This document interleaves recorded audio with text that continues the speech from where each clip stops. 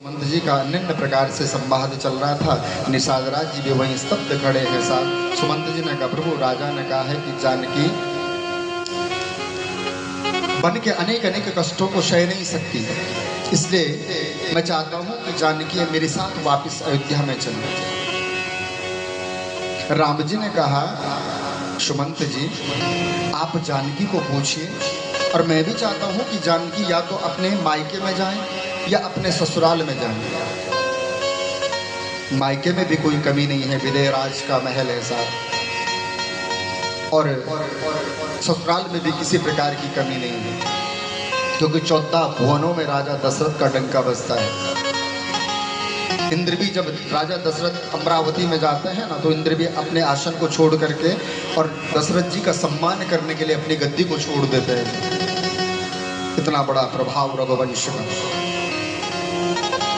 तो सीता चाहे अपने पिता के घर में जाए, चाहे अपने ससुर के घर में जाए, जहां वो जाना चाहती है, मैं तो चाहता हूं कि वो जाए। सुन पति वचन कहती बेदेही, सब सुन रही है मां जानकी, और सुना हो प्राण पति परम स्नेही। कहा, प्रभु हे स्वामी आप एक चीज बताइए कि जो छाया है ना, तो छाया शरीर से कभी विलग हो सकती है क्या? आप मेरे प्राण हैं, आप मेरी आत्मा हैं, आप मेरे शरीर हैं, और मैं तो आपकी छाया हूं। और जब शरीर चलता है तो जो छाया होता है वो भी साथ में चलना प्रारंभ कर देता है। सूर्य को छोड़कर प्रभा कभी अकेले नहीं घूमती साहब, चंद्रिका को छोड़कर चंद्रमा कभी अकेला नहीं चलता। सुमंत की तरफ देखा मां जानकी ने, और सुमंत जी ने कहा कि आप मेरे पिता एवं ससुर तुल्य हैं। मैं आपको उत्तर दूं, ये मुझे उचित नहीं लगता, परंतु हे दादी, आर्यपुत्र के चरण कमलों में ही मेरा स्वर्ग है, जिनके बिना इस जीवन में, इस संसार में मेरा कुछ भी नहीं हो सकता। मैं जानती हूं कि मेरे ससुर तुल्य मेरे पिता दशरथ का परचम कहां तक लहराता है। मैं जानती हूं कि मेरे जो पिताजी हैं विदेहराज जनक जी, उनका ऐश्वर्य कितना है, लेकिन मैं अपने पति को छोड़ करके वापस नहीं आ सकता। इसलिए कृपा करके आप मुझे विवश ना करें। और फिर मेरे साथ मेरे पति हैं, मेरे साथ मेरे देवर हैं, तो मुझे किस प्रकार का भय हो सकता है? जब तक ये दोनों मेरे साथ हैं तब तक मेरा जीवन सुखमय व्यतीत होगा, आप चिंता न करें। अनेक अनेक उपाय करके सुमंत जी समझाना चाहते हैं, लेकिन जानकी मैया बार बार यही कहती है कि मैं अपने राम जी को छोड़ करके नहीं आ सकती। अब तो महाराज सुमंत जी यहाँ से विदा लेते हैं कि रथ पर विराजमान हुए। रथ हाँ क्यों हय राम तन हेरी हेरी ही नाई, देख निषाद विषाद वाश धनु इसी से पदताई। जब रथ को आगे चलने के लिए कहते हैं, घोड़े भी बार बार पीछे मुड़ करके अपने राम को देखते हैं, ही नहीं आने लगते हैं, आंखों में घोड़ों की भी अश्रुपात प्रारंभ हो जाते हैं। आगे की ओर ले जाना चाहते हैं, लेकिन बार बार घोड़े भी स्तब्ध हो जाते हैं, बार बार अपने राम की तरफ देखते हैं, बार बार मां जानकी को निहारते हैं।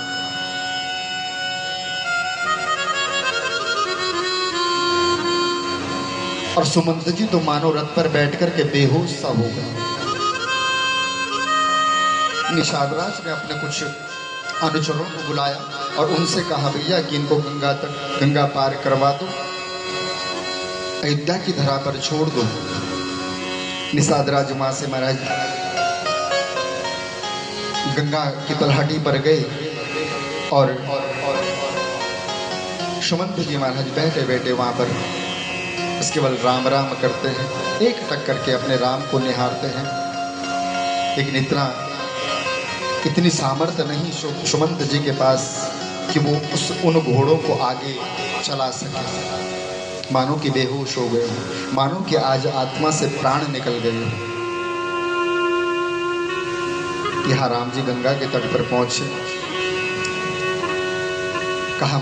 कहा निषाद जी हमें जो है गंगा के पार जाना है। तो यहाँ कौन है? केवट जी। निषादराज ने आवाज दी कि केवट अब आइए और राम जी को और लखनलाल जी को, माँ जानकी को गंगा पार कराइए। एक बार आवाज दी तो केवट ने सुनी नहीं। दूसरी बार आवाज दी फिर भी सुनी नहीं। तीसरी बार जब जोर से निषादराज ने आवाज दी तो केवट सामने आया। बोले क्या बात है महाराज? अच्छा कितना चतुर है केवट, देखिए पता है उसको कि ये कोई साधारण राम नहीं है। ये वही राम है कि जब ये जनकपुरी में चल रहे थे ना, तो रास्ते में गौतम ऋषि की कुटिया आई और इन्होंने एक पत्थर की शिला पर अपना पैर स्पर्श किया और वो शिला जो है उसी समय एक नारी का रूप धारण कर लेती है। निषाद कहते हैं केवट ये रघुवंश मणि श्री रामचंद्र जी हैं, ये उनकी पामांगनी है जननी में सीता, और ये उनके छोटे भ्राता हैं श्री लखनलाल जी, इनको गंगा पार कराना है। बोले नहीं महाराज मैं नहीं करा सकता। और पहले व्यवस्था बना करके रखी हुई है कि भैया जितने भी नाव के ना, कोई अपनी नाव बाहर नहीं निकालेगा, सब नाव को पत्ते से दबा रखा है। अब दूसरी नाव भी नहीं है तो राम जी की मजबूरी हो गई भैया की अब एक केवटी है वहां पे जो पार करवा सकता है। बोले महाराज क्षमा करना लेकिन मैं पार नहीं करवा सकता। अरे बोले क्यों?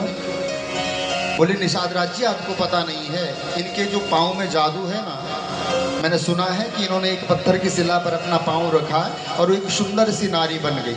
अब महाराज अगर एक पत्थर एक नारी बन सकता है तो मेरी तो भैया लकड़ी की काट की नाव है, कि पता नहीं कहाँ से कहाँ बन जाए। और हमारा तो मेरे उदरा भरणु जीवा बारका कूट भाषण, मेरी तो जीवन की नैया ही इसी से चलती है। हमारी तो भोजन पाने की व्यवस्था सारी इस नाव से होती है, और अगर ये कुछ बन गई तो फिर क्या करें? इसलिए मैं नाव में नहीं बैठने दूंगा। राम जी मंद मंद मुस्कुरा रहे हैं और मन ही मन विचार कर रहे हैं कि देखो ना केवट कितना चतुर है। केवट राम जी के पांव पखारना चाहता है। अच्छा ध्यान दीजिएगा, ये केवट कौन है? ये केवट है पूर्व जन्म का एक कछुआ। जब भगवान नारायण क्षीर सागर में विराजमान होते हैं, माँ लक्ष्मी चरण सेवा करती है, तो सागर में एक कछुआ है बहुत बड़ा। ये बार बार राम जी नारायण के चरणों को स्पर्श करने के लिए जा रहा होता है, लेकिन जैसे ही चरणों के पास पहुंचता है तो पीछे से कौन है? सहस्रशीरिखा पुरुगः सहस्राक्षः, सहस्र बनों के शेषनाग। और जैसे ही कछुआ पहुंचता है तो इतने में एक फुंकार मारते हैं और कछुआ डर के मारे भाग जाता है। आज केवट को पता है कि ये जो लखनलाल जी हैं साक्षात शेषनाग के अवतार है, लेकिन आज बोलेंगे कुछ नहीं, क्योंकि राम बड़े भैया है ना, और जब तक राम जी की आज्ञा नहीं हुई लक्ष्मण जी कुछ बोलते नहीं। इसलिए आज मेरी बारी है। कहा प्रभु एक शर्त है कि मैं आपको अपनी नाव में बिठाऊंगा, लेकिन उससे पहले मैं आपके चरणों को पखारूंगा, आपके चरणों को धोऊंगा, अगर और उस चरण का पानी चरणामृत लेकर के मैं खुद स्वयं पीऊंगा। अगर मुझे कुछ नहीं हुआ तो फिर नाव निकालूंगा, और अगर मुझे कुछ हुआ तो फिर तो गड़बड़ है सब। राम जी मन ही मन मुस्कुराते, वारे केवट कितनी बड़ी चतुरता है तेरे पास। राम जी ने कहा महाराज जैसा करना है कर, बस मुझे नाव में बिठा करके गंगा पार करवा।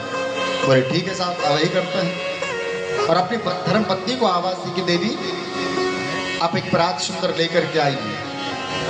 तो वहां पर आसन की व्यवस्था कैसे होगी? तो एक पत्थर की शिला थी, उसी पर एक कपड़ा बिछाया सुंदर सा, राम जी को वहां पर बिठाया और परात में राम जी के दोनों पांव रखे केवट ने, और बड़े प्रेम से उन चरणों को पखारने लगा, बड़े आराम से।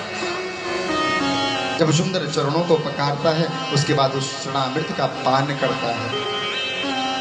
आज धन्य हो गया केवट का जीवन, जिसने जन्म जन्मांतर भगवान के चरणों को पाने की चेष्टा की। बार बार भगवान के चरणों पर जाता है लेकिन सौभाग्य नहीं मिल पाया साहब। आज भगवान की इतनी सुंदर अनुकंपा हुई कि दोनों पांवों को पखार रहा है केवट बड़े भाव के साथ, और तिरछी नजर से लक्ष्मण जी को भी देख रहे हैं कि देखा प्रभु, जब वहां आता था तब तो फुंकार मारते थे ना, लेकिन आज कुछ नहीं कर सकते तुम। लक्ष्मण जी को बड़ा क्रोध आ रहा। लक्ष्मण जी का जीवन में केवल एक ही शिष्य रहा है और वो है केवट। लक्ष्मण जी ने केवट को अपना शिष्य बनाया है, बाकी लक्ष्मण जी का कोई शिष्य नहीं है, लेकिन एक शिष्य है और वो है केवट राज जी।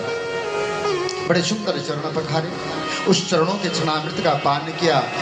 बोले महाराज अब कोई चिंता नहीं। राम जी ने कहा अभी भी कोई शक है तो बता दो। बोले नहीं प्रभु अब तो चलिए। और सुंदर राम जी को अपनी नाव में बिठाया, माँ जानकी को लक्ष्मण जी को बिठाया। आज मन ही मन केवट अपने आप को बड़ा सौभाग्यशाली समझता है, मन ही मन अपने का आपको बड़ा भागी समझता है कि धन्य है मेरे बराबर बड़ा भागी, मेरे बराबर सौभाग्यशाली, मेरे बराबर अतिशय बड़ा भागी आज इस दुनिया में कोई नहीं है।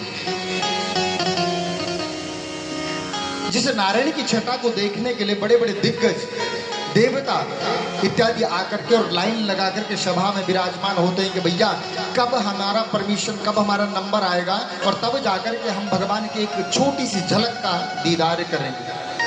आज इस केवट का कितना बड़ा भाग्य है साहब कि दोनों पांव पकड़ करके और दोनों पांवों को पखार रहा है। तो जय श्री सीताराम। नाव में बिठाया तीनों को और अब नाव को खींचना प्रारंभ किया और मन ही मन बड़ा गदगद होता है। जो हरे राम राम राम